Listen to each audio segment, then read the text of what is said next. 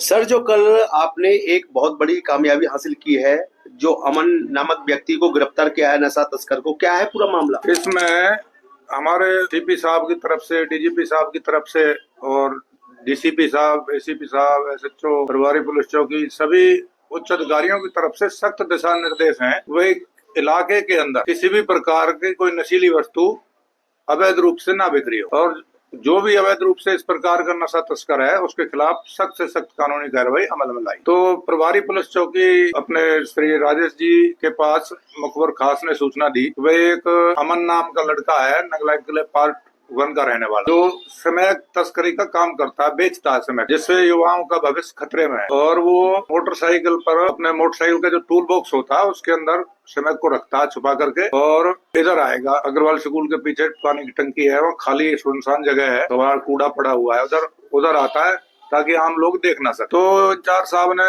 मेरे को कहा, बतला करके मेरे को, और तुरंत प्रभाव से हमने टीम गठित करी और इंचार्ज साहब के दिशा निर्देश अनुसार हम अपना मौके पर पहुंचे। जो मौके पर मुखबर खास से हम मिले जा करके, उसने हमें इशारा करके बतलाया भी फलाना शख्स है जो मोटरसाइकिल पर बैठा हुआ है, वो अमन है, जिसने लाल रंग की टी शर्ट पहनी हुई है और नीले रंग का लोअर पहना हुआ। यही वो शख्स है अमन जो समय की डिलीवरी करता है, लोगों को बेचता है। तो मुखबर खास को हमने फारिग कर दिया। उसके बाद में हमने टीम के साथ, अपने मुलाजिमों के साथ जाकर के पीछे से चुपके से उसको काबू कर लिया। तो हमने उसको, जो कार्रवाई है हमारी नियमानुसार, उसके नोटिस वगैरह दिया। भाई, हमें आपको शक है कि वे आपके पास स्मैक है, तो आप अपनी तलाशी कैसे लगाना चाहते हैं, किसी राजपत्रित अधिकारी से या मजिस्ट्रेट साहब के सामने या हमारे खुद से? तो उसने बतलाया कि वे मैं मजिस्ट्रेट के सामने अपना तलाशी दूंगा जी। पहले तो मना ही कर गया, मेरे पास कुछ नहीं है। तो हमने फिर ड्यूटी मजिस्ट्रेट साहब को फोन किया मैंने खुद ने। तो ड्यूटी मजिस्ट्रेट साहब आए मौके पर, उन्होंने पहले हमारी तलाशी ली। हमारी तलाशी लेने के बाद में उन्होंने फिर उसको कहा कि भाई खोल के दिखाओ। पूछा हमें कि भाई कहाँ क्या है इस पे? मैंने कहा जी स्मैक का शक है हमें,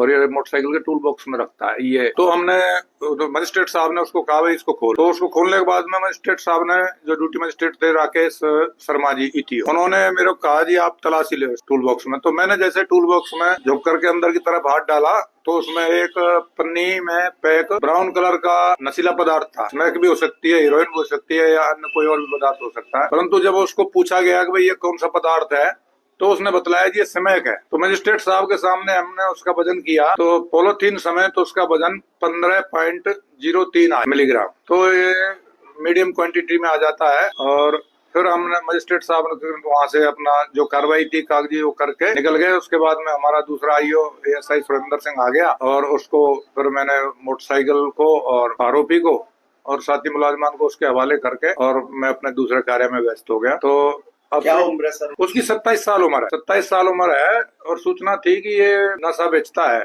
स्मैक बेचता है। तो हमने उसी सूचना के आधार पर उसको काबू किया था। अभी उसने एक नाम का और खुलासा किया है। क्या उसके और कोई साथी थे इसमें? हाँ, उस समय तो वो अकेला था, किसी ग्राहक की उसमें खड़ा हुआ था। उसने मजिस्ट्रेट साहब के सामने भी ये कहा था जी, एक कहाँ से लाता था ये आरोपी बता रहा था कि जी मैं मथुरा से लाया। अब देखते हैं दूसरा आरोपी है जो, पर ये मथुरा में जो लाया बता रहा है, ये कह रहा है जी मोटरसाइकिल खाली बिना नंबर की थी जहाँ से मैंने ली, और चौराहे पे खड़ा मिला था मेरे को, और वहाँ मोटरसाइकिल पर मेरे को बताया कि भाई इस प्रकार मोटरसाइकिल पर पहचान है, फूल लगे हुए हैं उस पर, तो शख्स मिलेगा उससे आप। ये उसको पैसे दे करके ले आया।